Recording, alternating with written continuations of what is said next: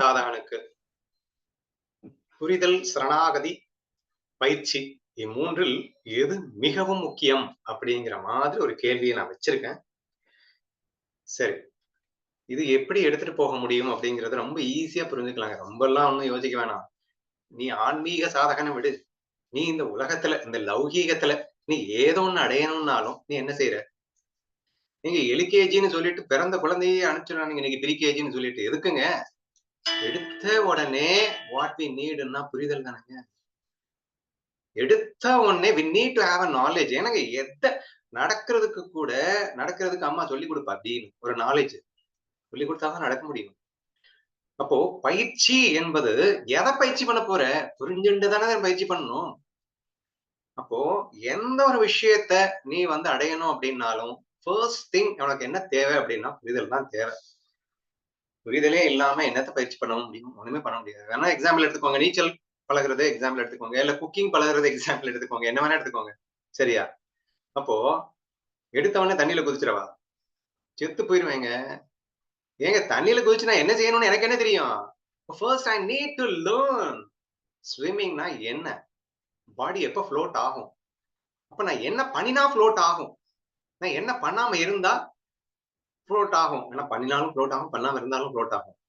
என்னதான் பண்ணாலும் முங்கவும் செய்வோம். சோ ஆல் திஸ் நாலேஜஸ் நமக்கு வேணும். சோ பேசிக்கலி அப்ப ஸ்விம்மிங் அப்படின்னு நீ கத்துக்கணும்னு ஆசைப்பட்ட அப்படின்னு சொன்னா first thing what you required அப்படின்னா நாலேஜ், புரிதல் அப்படிங்கிறது கண்டிப்பா ஃபர்ஸ்ட் நான் சொல்ல வரேன். சரியா? அதுக்காக மீதி ரெண்டு நான் அண்டர் எஸ்டிமேட் பண்ணலாம் வரல. முதல் அடிவைப்பு எங்க இருக்கு அப்படின்னு சொன்னா புரிதல்ல தான் இருக்கு. அதை புரிஞ்சிட்டதுக்கு அப்புறம் தான் நீங்க அதை பயிற்சியே பண்ண முடியும் இல்லையா? சும்மா எப்படி பயிற்சி பண்றது? ஒருத்தன் சமையல் கலையில் நிபுணன் ஆக வேண்டும் அப்படின்னு சொல்லிட்டு கிச்சனுக்குள்ள போயிட்டா ஏங்க எதை எவ்வளவு போடணும், எப்படி சமைக்கணும்ன்றது கொஞ்சமாவது நாலேஜ் இருக்கணும் இல்லைங்க. அந்த நாலேஜை வச்சுக்கிட்டு திருப்பி நீ உள்ள போயிட்டு பிராக்டிஸ் பண்ணேன்னா உன்னால சுவையை கொண்டு வர முடியும் அப்படின்னு வேணா இருக்கலாமே தவிர நீங்க பாட்டுக்கு எடுத்த உடனே பயிற்சி பண்ணுங்க, எதை பயிற்சி பண்றதுப்பா அப்படின்னு கன்ஃபியூஸ் ஆயிடும். So therefore I give preference for the புரிதல். தி வெரி ஃபர்ஸ்ட் திங் நமக்கு என்ன வேணும்னா புரிதல். இந்த புரிதல் வந்ததுக்கு அப்புறம் என்ன செய்யணும் அப்படின்னா கண்டிப்பா பயிற்சி பண்ணணும். சரியா? இப்போ 100% புரிதல் வந்துருச்சு அப்படின்னா 100% புரிதல் வரவே வராது. பயிற்சியில தான் 100% புரிதலே வரும். அப்போ ஒரு புரிதல், ஒரு லெவல் ஆஃப் புரிதல் வரும், அவ்வளவுதான். பட் அது 100% எப்ப வரும் அப்படின்னா நீ அதை பயிற்சி பண்ணி அனுபவிக்கும் போது மட்டும்தான் அது 100% வந்ததுன்ற கான்பிடன்ஸே உனக்கு வரும். அப்போ தண்ணிக்குள்ள குதிக்க வேண்டியதும் ரொம்ப முக்கியம் தான், இல்லைன்னு சொல்லல. நம்ம எல்லாம் என்ன பண்ணிட்டு இருக்கோம்? 15 வருஷமா எப்படி ஸ்விம் பண்றதுன்னு நாங்க கத்துண்டே இருப்போம். ஆனா தண்ணியில மட்டும் குதிக்க மாட்டோம் அப்படின்னு சொன்னீங்கன்னா அதுவும் உட்படாது. ஓகேவா?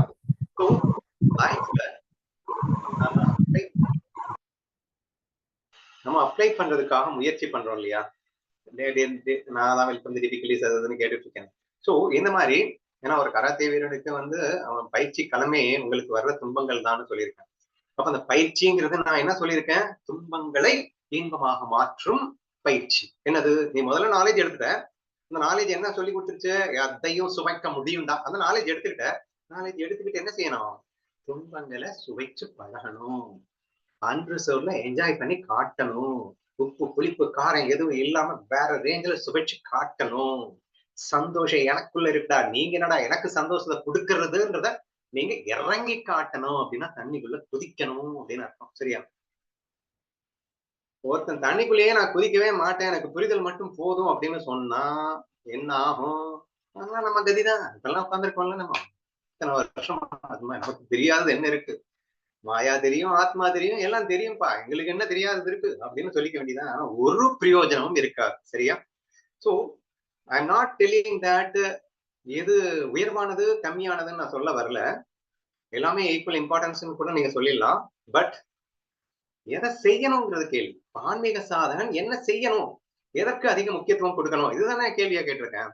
அப்போ இனிஷியல் ஸ்டேஜஸ்ல 10-15 வருஷத்துக்கு முன்னாடி நீங்க எங்க கிளாஸஸ் கேட்டீங்க இல்லையா? அப்ப நீங்க பண்ணது சரிங்கிற நான். சரியா? சோ ஃபர்ஸ்ட் ஸ்டேஜ் புரிதல் இஸ் எக்ஸ்ட்ரீம்லி எசென்சியல். அந்த நாலேஜ் வச்சுக்கிட்டு தான் நீங்க அடுத்த பயிற்சியே பண்ண முடியும் அப்படிங்கிறதுனால ஃபர்ஸ்ட் ஸ்டெப் புரிதலுக்கு அதிக முக்கியத்துவம் கொடுங்கள்னு சொல்றேன். சரியா? எதுக்கு அதிக முக்கியத்துவம் கொடுக்கணும்? புரிதலுக்கு தான். எப்போ? பிகினிங்ல புரிதலுக்கு அதிக முக்கியத்துவம் கொடுங்கள். நெக்ஸ்ட் நெக்ஸ்ட் என்னன்னா தண்ணியில குதிக்கிறது. பயிற்சிக்கு அதிக முக்கியத்துவம் கொடுங்க. ஊடால சரணாகதியை விட்டுட்டேன் அப்படின்னு நினைக்காதீங்க. சரணாகதியை விடவே முடியாது. ஏன்னா புரிஞ்சுக்கிறதுக்கும் சரணாகதி தேவைப்படுது, குதிக்கிறதுக்கும் சரணாகதி தேவைப்படுதுங்க. சோ தேர்ஃபோர் அது பில்டின்னா ஒரு கேரக்டராக இருந்து கொண்டிருக்கிறது அப்படிங்கிறதுனால அதை நான் முதல்லயே சொல்லல.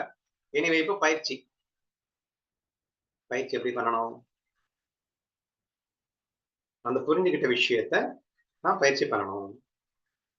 அப்போ நான் இந்த second state, first state give more importance for புரிதல். The second state give equal importance for புரிதல் அஸ் வெல் அஸ் பயிற்சி அப்படின்னு சொல்ல வரேன். சரியா? ஏன் அப்படின்னா இப்ப நீங்க எல்லாம் வந்து ஹையர் நாலேஜ் வரைக்கும் நீங்க தெரிஞ்சுக்கிட்டீங்க. நான் வந்து டெய்லி டெய்லி பேசிட்டு இருக்கேன். இதுக்கு மேல பேசுறதுக்கு ஒண்ணுமே இல்லைன்ற அளவுக்கு நான் பேசிட்டு தான் இருக்கேன். இல்லைன்னு சொல்லல. ஆனா அதெல்லாம் புரிஞ்சிருச்சா அப்படின்னு கேட்டா இல்லைன்ற மாதிரி தான் வருது. ஹையர் நாலேஜ்ல ஒரு கொஸ்டினை கேட்டா பத்து பக்கம் முழிக்க வேண்டியதா இருக்கு. அப்போ ஈவன் அண்டர்ஸ்டாண்டிங் லெவல்லையே நம்ம கொஞ்சம் வீக்கா இருக்கிறோம் அப்படிங்கிறது உண்மைதானே. Even after several years, even I mean even understanding level it self, புரிதல் லெவல்லையே கூட இல்லன்னு சொல்ல மாட்டேன். ஓரளவு நல்லா 90 மார்க்ஸ் கூட வாங்கிட்டாங்கன்னு வச்சுக்கலாம். இன்னும் 100 மார்க்ஸ் வாங்கல புரிதலுக்கு. சரியா? அப்போ பயிற்சி செய்து கொண்டே புரிதலுக்கு முயற்சித்துக் கொண்டே வர வேண்டும். பயிற்சியும் புரிதலும் பயிற்சியும் ஒன்றாக களமிறந்து செயல்பட வேண்டியது செகண்ட் ஸ்டேட். ஃபர்ஸ்ட் ஸ்டேட்ல ஒன்லி நாலேஜ்க்கு மட்டும் இம்பார்ட்டன்ஸ் கொடுங்க. செகண்ட் ஸ்டேட்ல ரெண்டுக்குமே ஈக்குவல் இம்பார்ட்டன்ஸ் கொடுங்க அப்படின்னு சொல்றான். ஏன்னா தண்ணிக்குள்ள அவன் குதிச்சு அவன் வந்து சம் எக்ஸ்பீரியன்ஸ் அவனுக்கு கிடைக்கும். அந்த எக்ஸ்பீரியன்ஸோட மறுபடியும் அவன் ஏற்கனவே கத்துண்ட விஷயத்தை அவன் ரிசர்ச் பண்ணி லேர்ன் பண்ணணும், புரிஞ்சுக்க ட்ரை பண்ணணும். இப்போ முதல்ல புரிஞ்சது 100% கரெக்டா இருக்க வழி இல்ல. நீ ஏதோ ஒன்று அண்டர்ஸ்டாண்ட் பண்ணிப்ப. பட் தண்ணியில குதிச்சதுக்கு அப்புறம் தான் தெரியும் நீ அண்டர்ஸ்டாண்ட் பண்ணிக்கிறது தப்பு.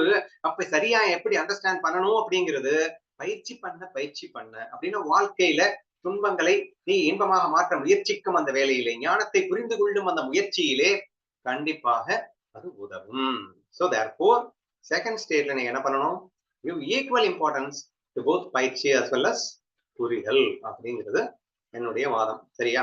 சோ என்ன பொறுத்த வரைக்கும் நீங்க எல்லாருமே செகண்ட் ஸ்டேட்ல இருக்கிறதா நான் ஃபீல் பண்ணிக்கிறேன். ஓகேவா?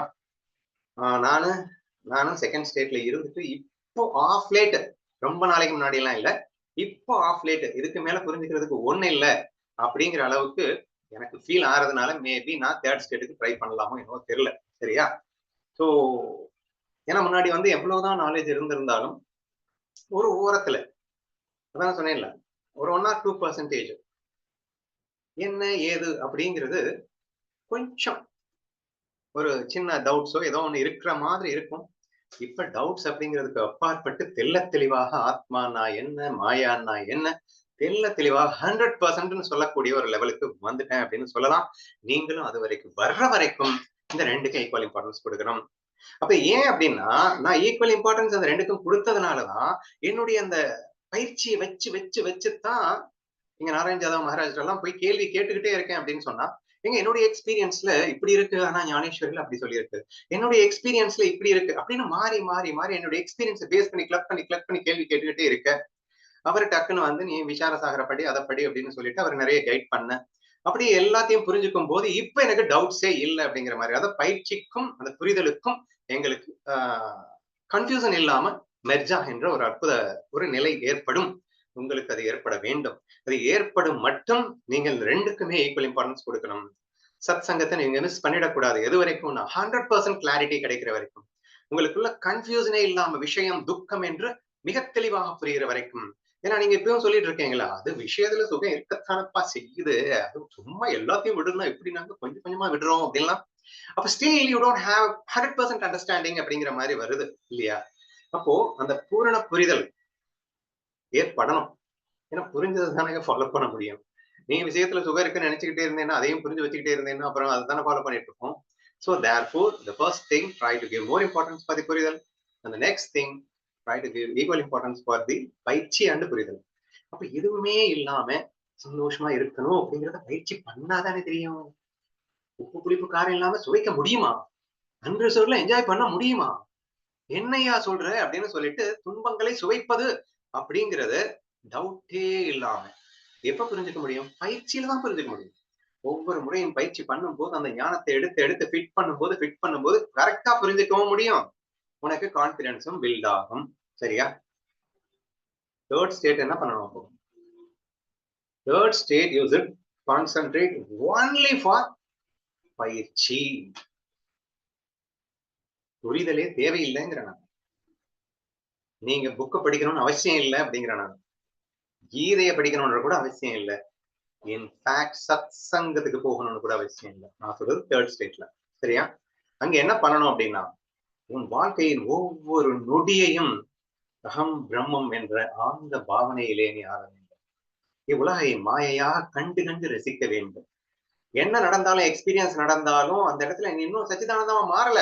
ஆனா அது நான் சச்சிதானந்தம் தான்டா, இது எல்லாம் வெறும் ஜட துக்கண்டா, இது ஒண்ணுமே இல்லடா, இது மாயடா அப்படின்றத ஃபீல் பண்ணி இது என்ன பயிற்சி தானே? ஃபீலிங் இஸ் ஆல்சோ எ பயிற்சி. அந்த ஞானத்தை அனுபவிப்பது உண்டான பயிற்சி. ஏன்னா எனக்கு தெரிஞ்சு போயிடுச்சு எல்லாமே. அப்போ இந்த பயிற்சிக்கு அது வேற லெவல்ல ஹெல்ப் பண்ணும். பிகாஸ் நாலேஜ் கணக்குல இருக்குல்ல. நாலேஜ்ல 100% கிளாரிட்டி கிடைச்சிருச்சுன்னு சொல்லிட்டேன் தேர்ட் ஸ்டேட்டுக்கு வரும்போது. அப்போ குவைட் நேச்சுரலி எவ்வளவு பெரிய துக்கத்தையும் சுவைக்கும் அந்த வல்லமை அந்த ஞானத்தால் என்னால் முடியும் எனும் போது நம்ம போக்கஸ் 100% எதுல இருக்கணும் அப்படின்னா அனுபவிக்கிறதுல மட்டும்தான் இருக்கணும். பயிற்சி தாங்க அனுபவம், வேற என்னங்க. சோ அந்த பயிற்சியில் மட்டும்தான் ஒருவன் இருக்க வேண்டும்.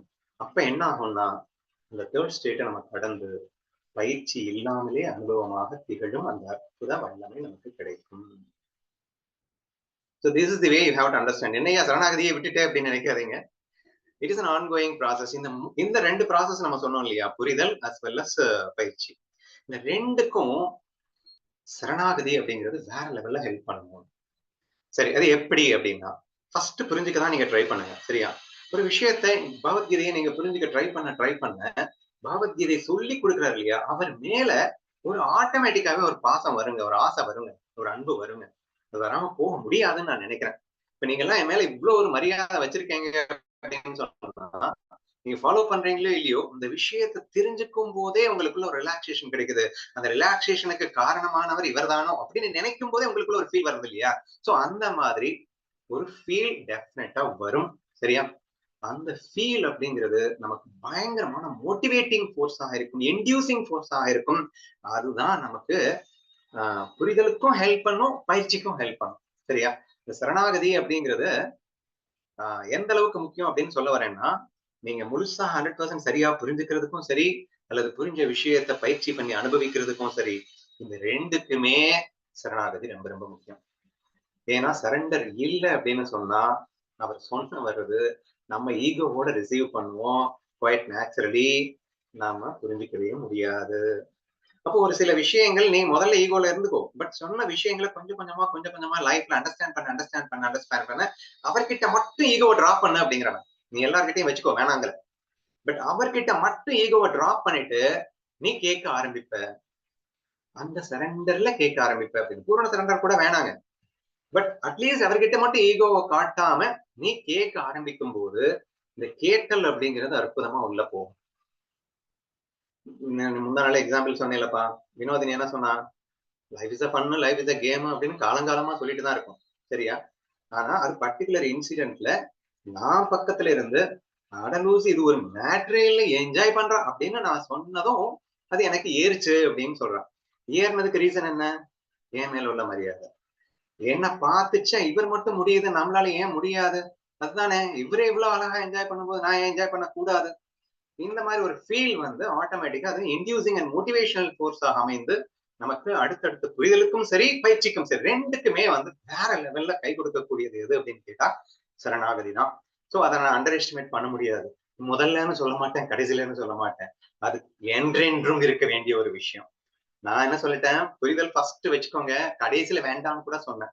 ஆனா இந்த சரணாகதி மட்டும் நதி கடலோடு கலந்த பின்னும் கூட ஆனால் மீண்டும் மீண்டும் விழுவதில்லையா? 4வது வகையான பக்தனை பற்றி சொல்லுவார். என்னோடு அவன் கலந்த பின்னும் கூட என்னை பஜித்துக் கொண்டிருக்கிறானே அவனே எனக்கு மிகவும் பிரியமான பக்தன். So therefore it is a 100% constant process அப்படின்னு வச்சுக்கோங்க. சரியா? சரணாகதி எப்ப பண்ணணும் அப்படின்லாம் கேட்காதீங்க. அது பெர்மனண்டா பண்ண வேண்டியது, ஆட்டோமேட்டிக்கா வரும். சரியா? புரிதல் வர வர அவர் மேல் மரியாதை வரணும். அந்த மரியாதையை நீங்க அதிகரித்துக் கொண்டே சென்றீர்கள் என்றால் புரிதல் மிக அற்புதமாக வளமாகும்.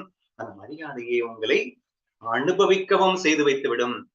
ஸோ தேர்ஃபோர் இட் இஸ் 100% கான்ஸ்டன்டா எல்லா நேரத்திலையும் இருக்க வேண்டிய ஒரு விஷயமாக நீங்கள் இதை பார்க்குமாறு கேட்டுக்கொள்கிறேன். புரியுதா? இந்த கேள்விக்கு பதில் வந்துருச்சான்னு பாருங்க நீங்களே. அப்ப இந்த 3 விஷயம் இருக்கு. இந்த 3 விஷயத்துல சாதகன் எதுக்கு அதிக முக்கியத்துவம் கொடுக்க வேண்டும் அப்படின்ற ஒரு கேள்வி வச்சிருக்கோம். குவைட் நேச்சுரலி இனிஷியலா கண்டிப்பா புரிஞ்சுக்கணும். புரிஞ்சாதான் என்ன பயிற்சி பண்ணணும்னு நமக்கு தெரியும். சோ தேர்ஃபோர் மனமா சூழலா சுகமும் துக்கத்தும் மனதில் தான் இருக்கிறதுன்னு தெரிஞ்சாதானங்க ஏதோ ஒரு கஷ்டம் வரும்போது டக்குன்னு டேய் உனக்கு எதுக்குதான் லைக்ஸும் டிஸ்லைக்ஸும்னு சொல்லிட்டு அந்த மனதை நீங்க ஒரு பயிற்சி பண்றதுக்கு முடியும். நீங்க நாலேஜே இல்லாம ஒரு கஷ்டம் வரும்போது சுகமாகறதுக்கு என்ன பண்ணணும் என்ன பண்ணணும்னே தெரியாதே.